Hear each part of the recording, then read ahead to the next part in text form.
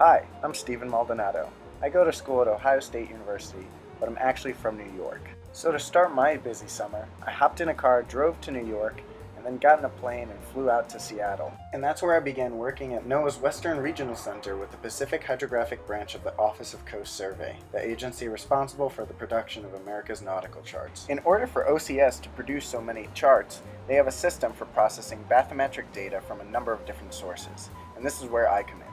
My project with Cecilia Linder, Kurt Muller, Pete Holmberg, Grant Froelich, and the rest of the PHB team revolved around external source data, or data produced by people outside of NOAA's hydrographic fleet. As one can imagine, data coming from different sources could be collected using different methodology or different standards, which could be an issue for determining the uncertainty of the dataset.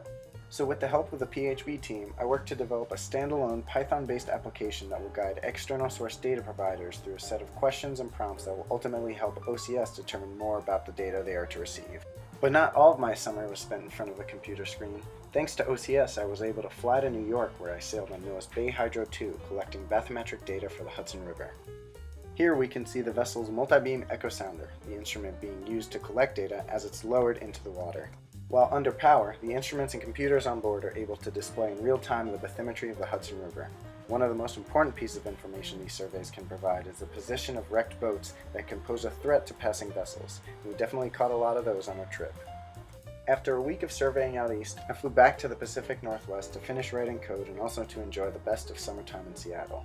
I'd like to thank everyone at PHB for their guidance and enthusiasm, as well as everyone at JISAO for making it possible to jam-pack so much into 9 short weeks. I had such an unbelievable summer and left just enough time to fly back to New York and drive back to Ohio before classes start next week. Thanks again.